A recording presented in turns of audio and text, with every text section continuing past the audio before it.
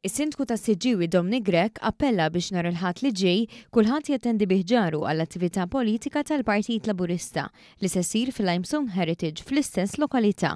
Tliet qabel ma l-Prim Ministru mexxej Laburista Robert Abela iwassal il-messaġġ tiegħu ta' kull ġimgħa, is-Sindku tas-Siġġiewi ħeġġeġ lil kull min jista' jattendi f'turja ta' appoġġ lejn il-Prim Ministru ta' Gvern li qed ikompli jinvesti dejjem iżjed fil-komunitajiet u jieħu ħsieb lin-nies. Prim Ministru Robert Abela se jingħaqad magħna proprju fis-Siġġiewi fil-Limestone Heritage fl-10:30 ta' filgħodu fejn hemmhekk se nkun qed nisimgħu il-kelma tal-Prim Ministru bil-politika tiegħu, bil-politika serja tiegħu, il-pajjiż mhux biss qed ikompli mexxi l quddiem imma bil-politika tajba li għandu il-poplu Malti u qiegħed igawdi anke wkoll mill-livell ta' għixin ferm aħjar minn dak illi kellu qabel. Grech kompla jispjega s-sinifikat ta' din l-attività fil-lokalità li jirrappreżenta xhur biss qabel l-elezzjonijiet tal-Kunsilli Lokali u tal-Parlament Ewropew. Fuq livell lokali wkoll ma nistax ma nitkellmux fuq il-xogħol ħafna xogħol inizjattivi u l-għajnuna li l-gvernijiet jagħtu wkoll lill-Kunsill Lokali. Fosthom dan nista' niġrina bħala Sindku tas-Siġġiewi f'din l-aħħar leġislatura bil-ħafna inċentivi li kellna, investiment fl-infrastruttura,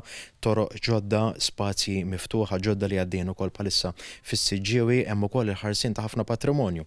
Il-Kappella tas-Salib tal-Għolja tal-Lunzjata għandna r-restawr tat-Tsuntir ta' Knisja Parrokjali u ħafna xogħol ieħor ta' restawr u inċentivi oħra li għaddejjin anke wkoll fejn tidħol is-sigurtà tal-lokalità tagħna.